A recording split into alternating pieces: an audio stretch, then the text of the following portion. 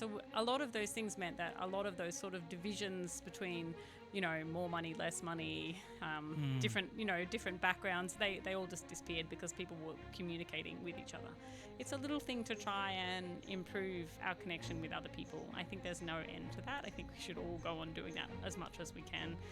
Hey, welcome back again to another brand new episode. I was so honoured to have Jen join me on the show to share insights about the work that her and some of the other women that have collectively gotten together to form a group where they get to serve meals at the RSL here in Gin Gin. And so, look, I won't go into too much more, but I'd love for you all to stick around to hear her story and how you could possibly donate to their cause too. So, without further ado, let's get to it. Hey guys, welcome back again to the round table. Today I'm back again in Gin Gin, and I'm also honoured to be joined by Jen, who will get to hear her story about the great work she's doing here in the community of Gin Gin. But before we dive in, as always, the round table symbolises a safe space where stories are shared, voices heard, and lessons learnt. So, pull up a seat and join me on the journey, because every story shared here matters. Jen, welcome to the round table. Thanks, nice to be here. Likewise, and thank you for squeezing me in your busy schedule, as you were telling me that you were trying to rush to get here, and you've got kids too. So I appreciate you taking the time to still make an effort and join me on the table. Well, thanks. It sounds like what you're doing is awesome. So appreciate that. So before we kind of dive into the work that you do, do you mind just sharing a little bit about yourself and your background? Sure. We live in Gin Gin. We've been here about 3 years. Otherwise, I've worked a lot internationally and remote communities here and stuff. And I was running the Gin Gin Neighbourhood Centre the year before last. So I work a lot in community development, and sustainable development is my background. Nice. So now, can you kind of walk us through with what you actually do currently? Sure. So just when I was running the neighbourhood centre, we found that there was not enough community in our town. I think a lot of people have shifted here in a short period of time. Over COVID, we had a really big migration a little bit west of us, and it meant that a lot of new people came in, and a lot of older people who'd been here for a long time, they're not really talking to each other. And so we sort of thought, well, community is when people communicate. And there's actually, 6,000 people in this town, but it's hard to get them to all talk to one another, just because people are often sheltered or shy, or they don't know how to make those interactions. So when I was running the neighbourhood centre, I was talking to 3 other people, one of whom is part of ESA, as one of our local groups, one of whom does a lot of the homeschooling things, and one who has interacted with a lot of us about that stuff before. And we were all just talking about that lack of community and how we could get people to come together. When I lived in Fremantle, there's something there called FERN, the Environmental Resource Network, and we ran a dinner every Monday for years and years. And the dinner just meant that people came and talked to each other. So my favourite story from that is that there was one of the old ladies who lived on a cul-de-sac, and some of the young kids used to come and skateboard outside her house, and they were noisy, and so she'd be yelling at them, and they'd be, oh, this cross old lady. Anyway, I saw them both at the dinner one night, and I introduced them to each other. And by the time they left, they were like, oh, drop in, Mary. Yeah, no worries, Tom. And so they made friends, and then the whole problem went away. They actually got to know each other. She had more people to talk to. It was really lovely. So a lot of those things meant that a lot of those sort of divisions between, more money, less money, different backgrounds, they all just disappeared because people were communicating with each other. So I really wanted something like that in town, and my 3 compatriots have been absolutely fabulous on pulling it all together. It's taken us quite a while. So we ran our pilot last year for about 4 to see that it would work, and then we started in June this year. So we get food from our local farming organisations. Particularly Dicky Bill's has been amazing. They give us a box for free every week. And we've been borrowing the RSL hall. RSL's been really supportive of that. And CWA and a couple of other groups have been really sort of, what can we bring? What can we do? And that meant that the 4 of us then gather that food, and we cook for however many people show up every Monday night at 6 p.m. at the RSL hall. well, 5:30 to 6. And we just feed people. We make a whole diversity of food. So depending on our backgrounds, we all cook all different kinds of things. And we have sort of vegan and vegetarian and gluten-free options, meat eaters, and to try and sort of cover everybody. And people come and they talk to each other and then they give by donation. And so we've used those donations to do other things. So CWA and ESA have both given us donations, and actually the 100 Club recently just paid 6 weeks of rent for us, which was amazing. Congratulations. So, yeah, that was really nice. And they invited us to come to the 100 Club, and then they made a big, spiel about just giving us that because they love our work. What is the name of your work or group? I guess we're just Gin community dinner group. I mean, we've never been really official, and we were hoping to kind of fly under the radar in terms of us and make it more about who's coming. But my 3 other people, I don't know if they want their names said on air. I haven't checked with them, but they are amazing. And we all sort of do a different part of it. So one person, plans the dinners for the week and then is sort of in charge of the kitchen and often does volunteers and stuff like that, because we do have other amazing volunteers show up randomly, and it's lovely having them help in the kitchen. And then one person does a lot of our paperwork, so she does all the Facebook things and helps get all the food regulatory stuff in order. I do a lot of sort of food granting and organising of paperwork as well, because there's a lot of paperwork, more than you'd believe, insurance and all those things to make it all function. And our other person, she's often the shop and the cooker, and also, makes amazing dessert that she brings every week. I don't know how she finds the time. So we're all volunteers and we run it every week. We often bring, if people have extras, so a lot of people have pumpkins out of their garden or, boxes of eggs, like all those things come and we put them there for people to take whatever they'd like home. And it's really nice that people can just give whatever they feel. I think I've lived in lots of places like Melbourne where that's very common. Up here, when I first started, people would say things like, "But don't you want to know how much I'm giving?" I'm like, "No, I trust that you'll put in whatever you think it's worth." And they said, "You'll make no money." Well, anyway, we don't totally cover our expenses because of our rent.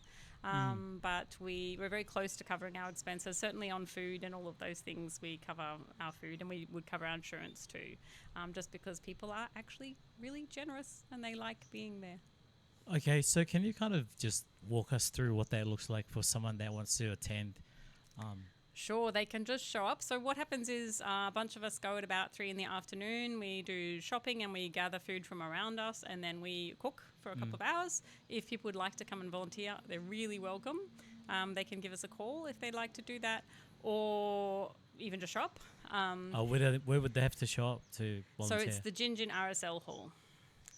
There's a big commercial kitchen in there and a place for everybody to sit. And then locals come in. A lot of our older folk come in quite early, and they like to sit around and have a cup of tea and a bit of a chat before we start. And then by sort of 5:30, we're sort of moving to 6 because it's so hot at the moment. People come in and there's just grab a plate, join in the queue, serve yourself. I always say sit with somebody you don't know and chat. Have a cup of tea. We usually have some dessert afterwards, some cups of tea, and people often help us put away tables and chairs or help clean the kitchen. And it's just a lovely social opportunity. Some of the people we see at the moment, especially, we have quite a lot of older folk, and some of them have said things to me like, "You're the first person I spoke to this week," and things like that. So we're like, oh, we don't want that level of isolation in our town. We do want people to talk to each other. Even if they don't have much in common, it's a great place to start. So it has been very successful on that front. Wow, it sounds really amazing. And what do you think it would take for the community to kind of come together a lot more? I think in our town, I've noticed some of the younger people. Last year we had quite a few younger people, young parents and stuff. Some of the young people I've spoken to were quite shy and said, "Oh, I don't want to go to a place I don't know anybody." And I thought, "Oh, but this is how you get to know everybody." Some of it's maybe that. I think for a lot of people, they're busy. There's a lot of hardworking people in our town. A lot of people are going to work and coming back. We tried to sort of put it at that time that we get, sort of a bit of everybody, like the young mamas feeding their kids and the young dads out working, and then the older folk in between, teenagers when they've had enough of school and they're heading out towards home, then trying to catch them on the way. So I just feel like it is hard to get everybody together. A lot of it's maybe we need to do more advertising. We haven't done enough advertising. Okay. Just because we're busy and it's not our best thing. So. Well, if anyone's listening, you know where you can help out. With the donations, how does that actually work? So people just put in whatever they think is reasonable. Some people give us $2 because that's what they have. We have some homeless mob and we have some older folks who are, on really strict pensions, and so they just give what is a reasonable amount for them.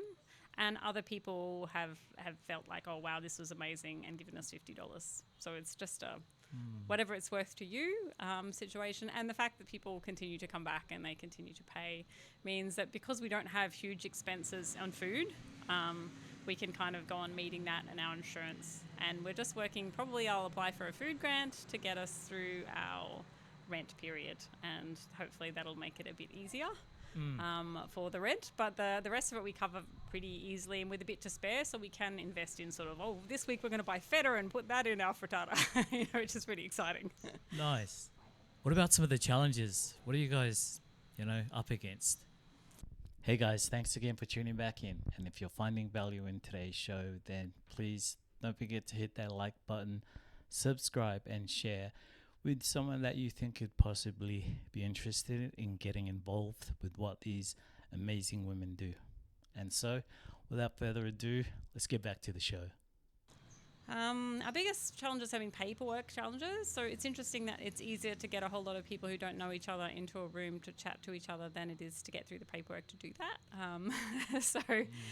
We obviously have to have a lot of insurance for that, and our hall is administered by our council, so we have to sort of have the agreements with them and be able to pay their rent. And then, there's quite a lot of things in there, like having food certification standards and all that sort of stuff. So a lot of it has just been, as a volunteer, all of us having the time to do the paperwork is quite difficult.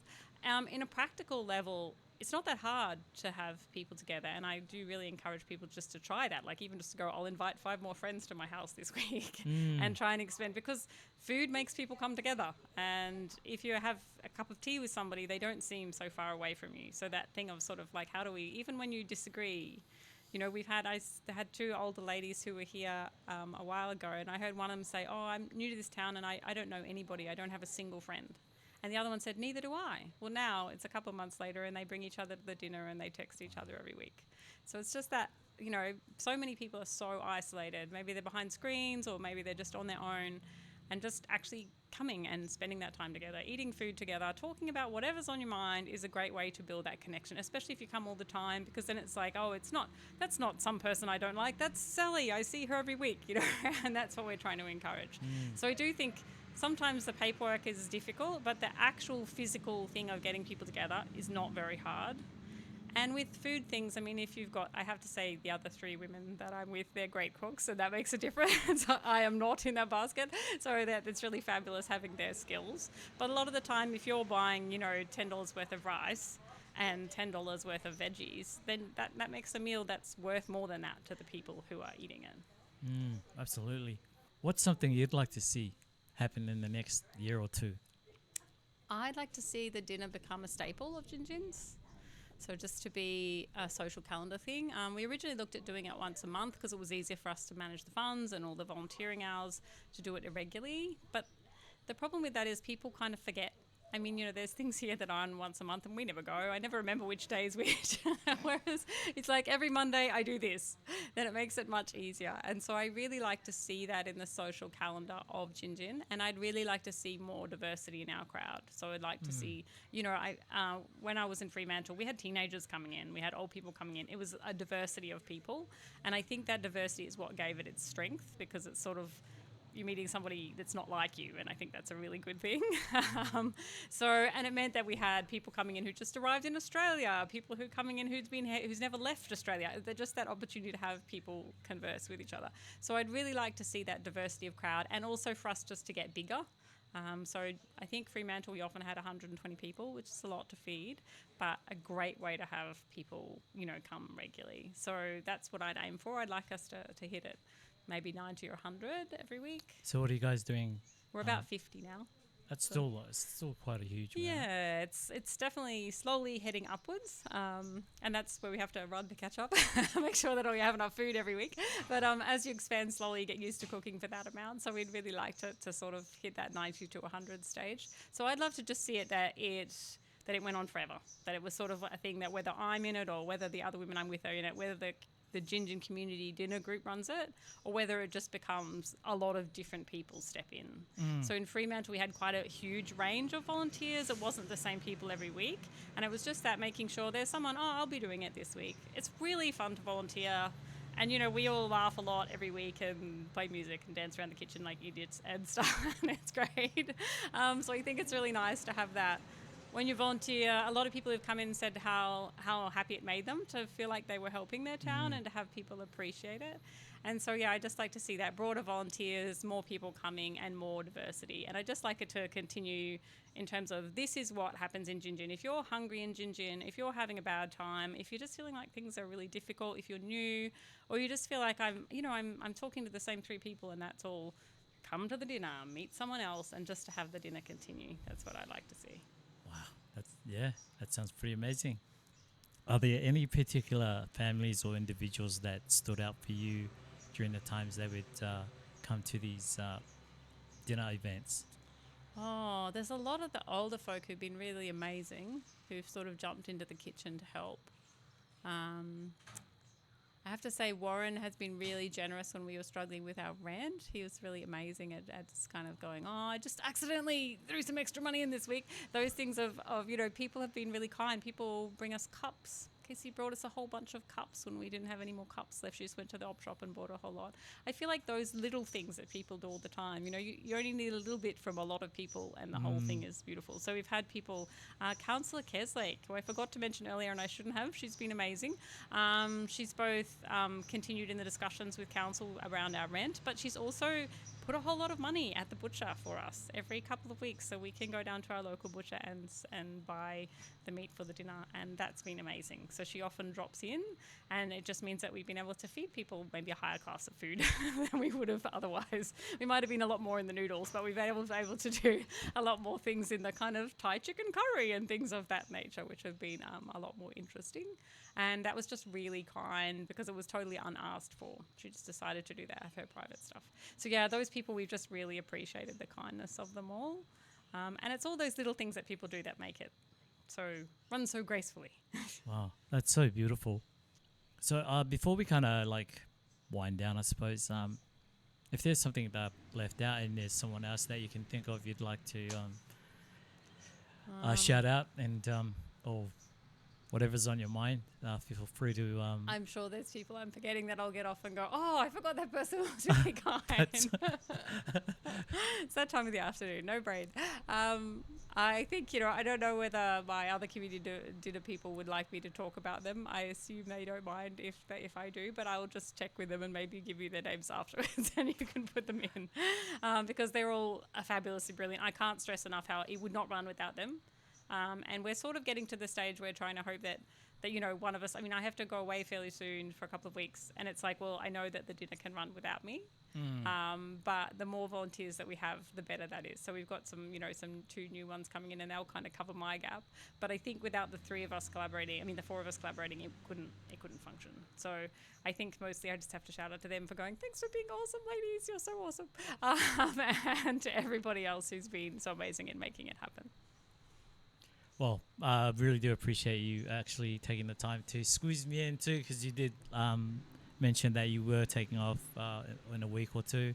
Yes. So to squeeze me in for and hear you share your story, and the work that you guys are doing is absolutely amazing. So I get why someone recommended to get your story because of what you guys are doing, and it is all about those that are making a huge impact in the community, the unsung heroes like yourselves, coming together and to put together a meal is pretty amazing. And, I think people can take away from what they've heard today and how it's done and come together and do the same thing and continue to pay it forward.